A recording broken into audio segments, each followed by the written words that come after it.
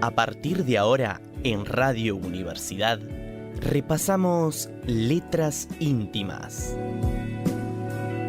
La vida, los sueños y la obra de los hombres y mujeres que forman parte de la historia a partir de sus cartas.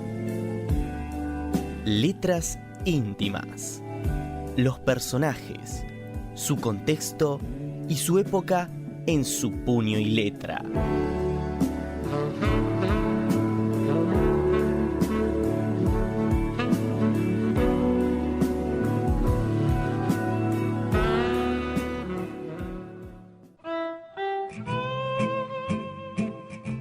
Camila O'Gorman. Camila mía, acabo de saber que mueres conmigo. Ya que no hemos podido vivir en la tierra unidos, nos uniremos en el cielo. Ante Dios, te abraza tu Gutiérrez.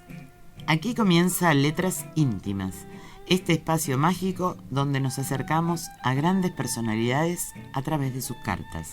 Hoy vamos a recrear la historia de amor de Camila O'Gorman y Ladislao Gutiérrez, Silvi. Y será un programa distinto, ya que no poseemos cartas, pero nos vamos a basar en documentos inéditos de una biblioteca personal que nos permitirán recrear de algún modo estos hechos. Entonces, así comienza Letras Íntimas, un viaje en el tiempo.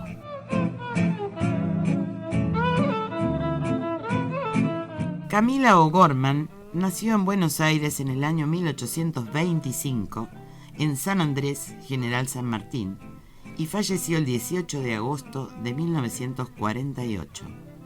Fue una joven argentina de una familia aristócrata. Por la línea paterna era nieta de un célebre Perichona, Madame Perichon, que protagonizó una trágica historia de amor durante el segundo gobierno de Juan Manuel de Rosas. Esta joven de unos 20 años era, al decir de Beruti, muy hermosa de cara y de cuerpo, muy blanca, graciosa y hábil, pues tocaba el piano y cantaba embelesando a los que la oían. Camila, además, tenía una gran personalidad. Quizás heredara de su célebre y bella abuela Anita Perichon, amante del virrey Liniers. Ella se enamora del sacerdote de su parroquia, el tucumano Ladislao Gutiérrez, y huye con él el 12 de diciembre de 1847 para refugiarse en la provincia de Corrientes.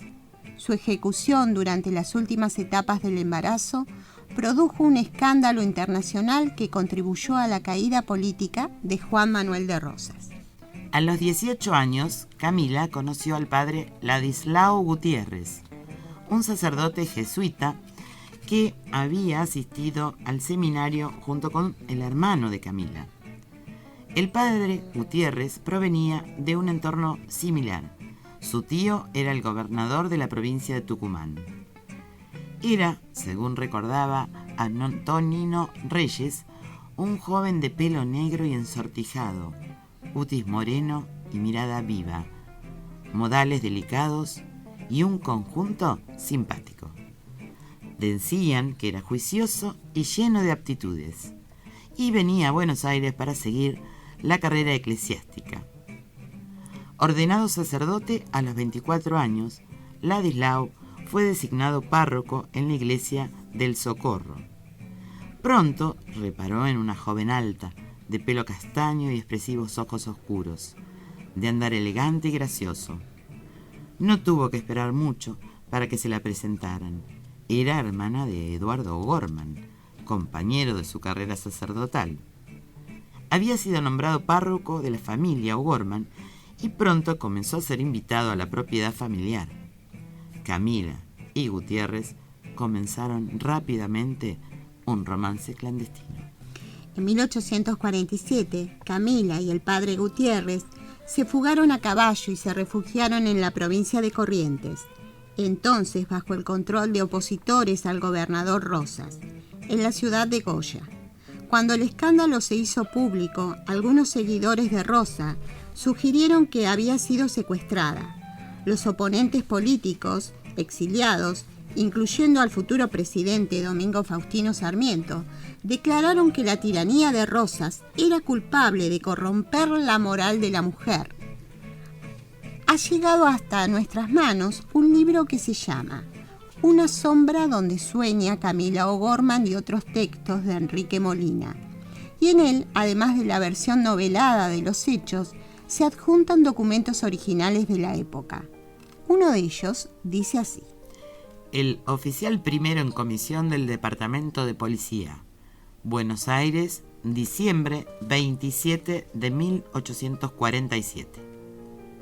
El que firma tiene el honor de poner en conocimiento que acaba de tener noticias que el reo presbítero Ladislao Gutiérrez y la reo Camila O'Gorman llegaron la noche del 12 del corriente a la casa pulpería de don Cesario Carmelo en el partido de Villa de Luján, quien por ser avanzada la hora no quiso abrir la puerta, ni menos facilitarles un hombre para que lo llevase hasta el Pilar, por lo que hicieron noche en una enramada. El 13 por la mañana se prestó Suárez a acompañarlos y los condujo hasta el río de Pilar. Habían cambiado su identidad y así lo registra el informe. Él se daba el nombre de José e iba recién afeitado en caballo bayo cerruno, que ella se daba el nombre de Florentina, iba con vestido claro, poncho inglés, en silla de señora nueva, que aparentaban estar muy contentos. Sin embargo, ella iba algo enferma. Por el derrotero que llevan, cree el suscripto que van a entrar en la provincia de Santa Fe. Dios guarde a vuestra señoría mucho tiempo, escribe Juan Moreno. Y esta historia, Silvia, ha sido llevada al cine por María Luisa Bember, Así ¿no? es. Con Susu Picoraro y el hermoso de Imanol Arias, ¿no? Todos la recordarán a Camila. Es una película maravillosa y en los que no la vieron, porque por ahí son más jóvenes, los invitamos a que la vean porque es preciosa. Y de esa película vamos a escuchar un tema musical. ¿Qué te parece? Bárbaro. ¡Atención, compañía! ¡Marche!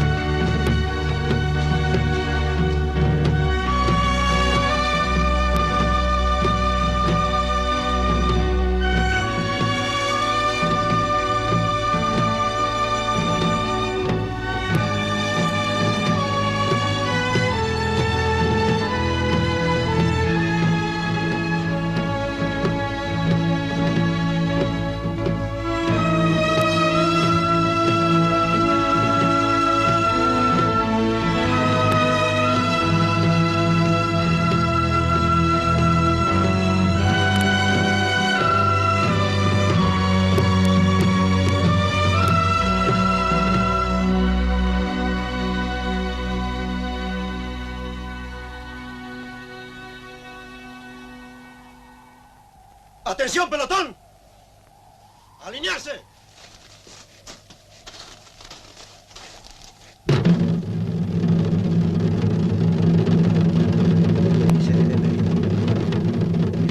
¡Atención, pelotón! ¡Presenten armas! Ladislao, ¿estás ahí? A tu lado, Camila. ¡Armas al hombro! ¡Apunten!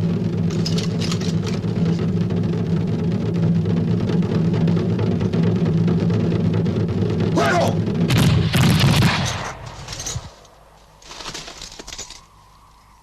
¡Ladislao! ¡Ladislao! ¡Atención, pelotón! ¡Carguen armas! ¡Armas al hombro! ¡Apunten!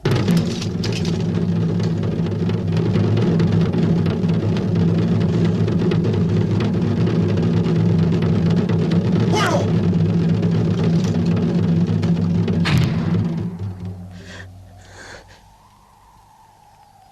¡Fuego!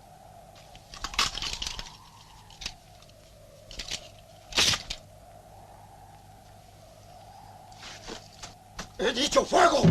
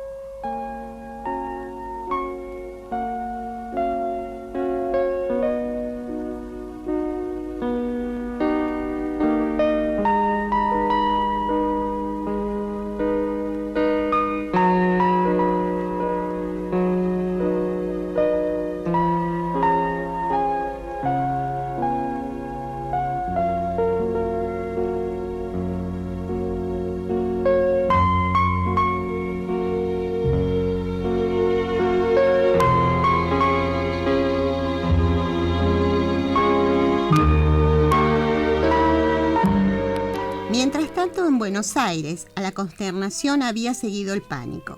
¿Cómo tomaría el restaurador de las leyes y del orden este desacato a todas las normas morales, civiles y sociales?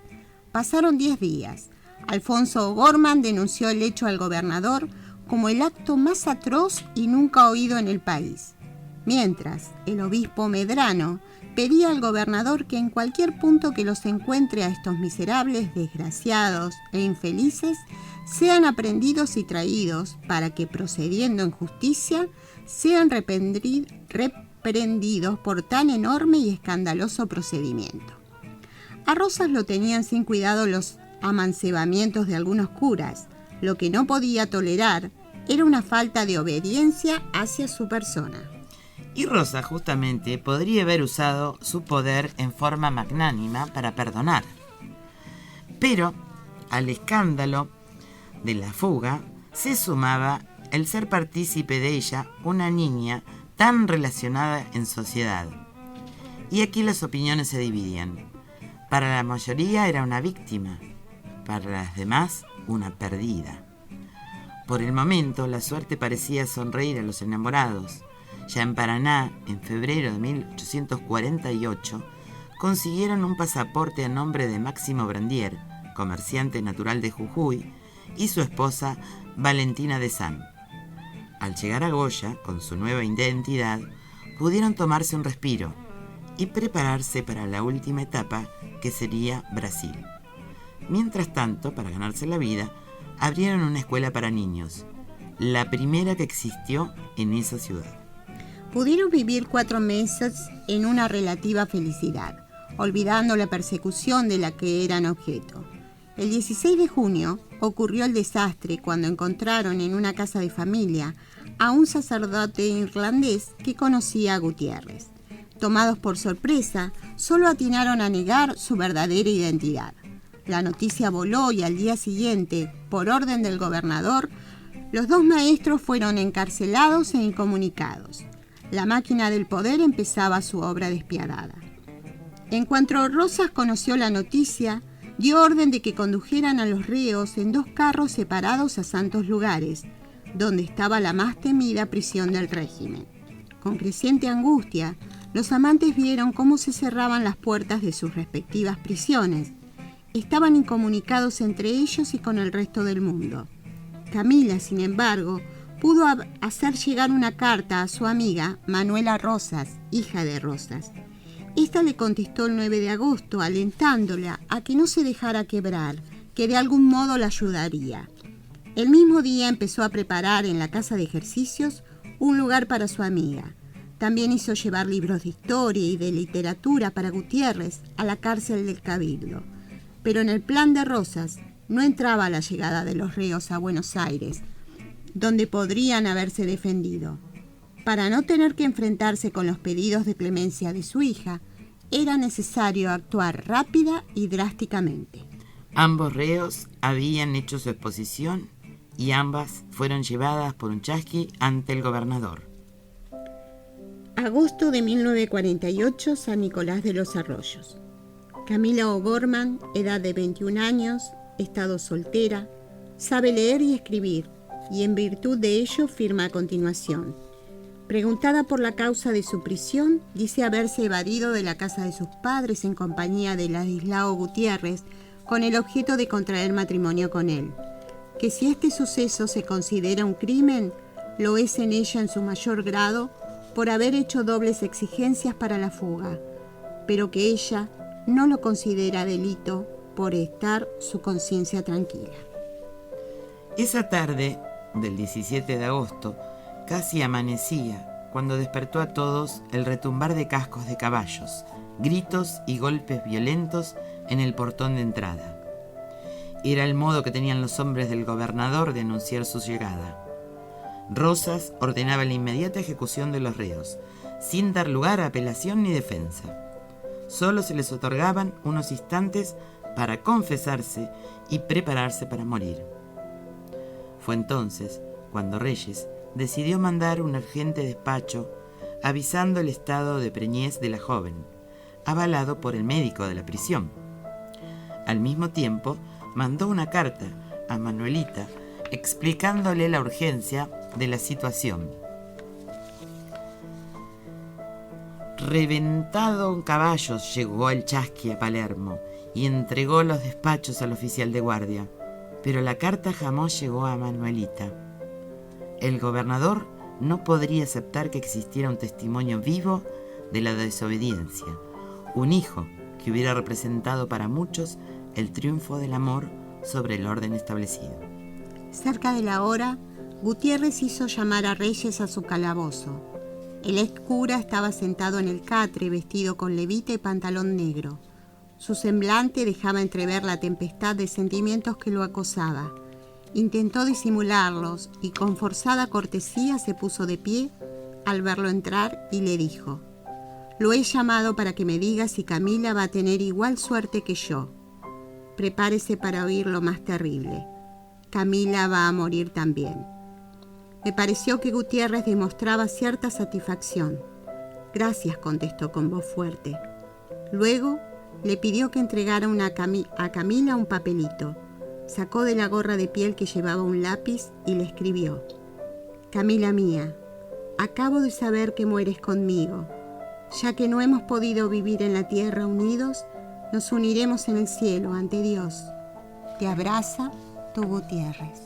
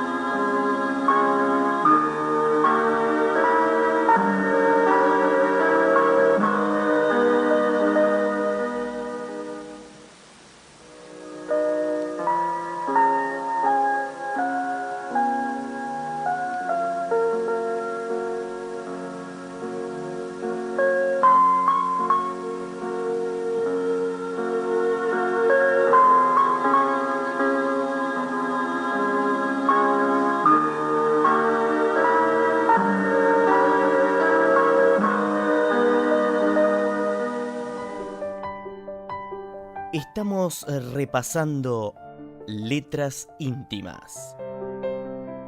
La vida, los sueños y la obra de los hombres y mujeres que forman parte de la historia a partir de sus cartas.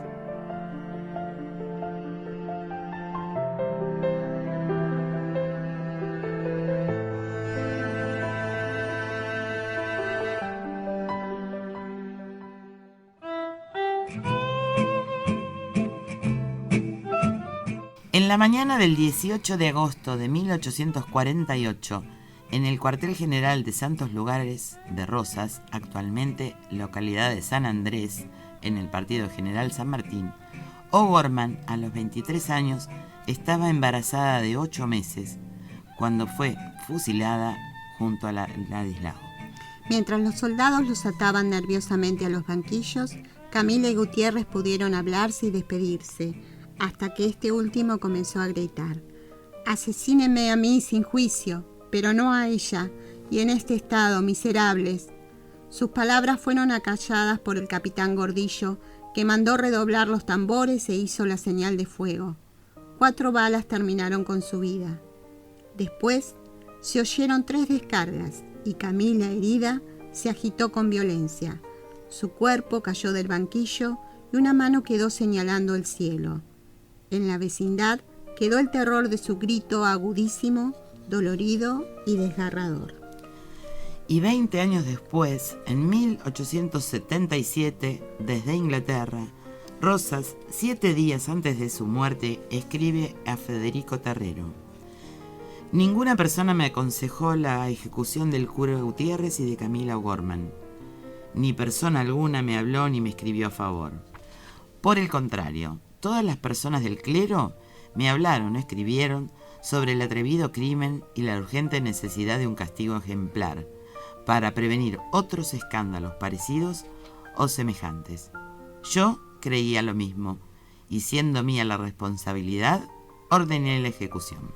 Esta historia de amor de inocentes víctimas de intereses políticos iban a convertirse con el tiempo en el suceso más imperdonable del gobierno de Rosas. Y así comenzaría el fin de este señor. Así es, y como escuchamos recién, ¿no? Él hasta último momento estaba convencido de que había hecho bien, que había que dar un ejemplo, digamos. Así que bueno, y volvemos a sugerir que vean la película porque es muy fiel a la historia y además, de paso, recorren un trayecto de historia argentina. Así es. Y vamos llegando al final de nuestro programa. Les recordamos que se comuniquen con nosotros a través del Facebook, Letras Íntimas, que nos escuchan en AM 1240 Radio Universidad. Y a propósito de eso, el próximo programa tiene que ver con el pedido de un oyente, Silvi. Así es, una vez más Patricia Martínez, que el año pasado también nos escribió y pudimos cumplir, y esta vez volvemos a hacerlo, así que vamos a transitar parte de la vida de Edith Wharton. Así que estén ahí porque es muy interesante. Sí, es escritora de una hermosa novela también, La Edad de la Inocencia, que también se ha hecho película. Bien, agradecemos a nuestros productores, Romualdo Vera, Marcela Garbiero, a Ana en los controles. Le agradezco a usted, Silvi, por la compañía. Bueno, gracias a usted también, Cristina, y nos estamos reencontrando en Letras Íntimas. Un viaje en el tiempo. Aquí terminamos de leer Letras Íntimas. La vida, los sueños y la obra de los hombres y mujeres que forman parte de la historia a partir de sus cartas. Letras Íntimas. Los personajes, su contexto y su época en su puño y letra. Nos reencontramos el próximo jueves a las 20:30 horas por AM 1240, Radio Universidad.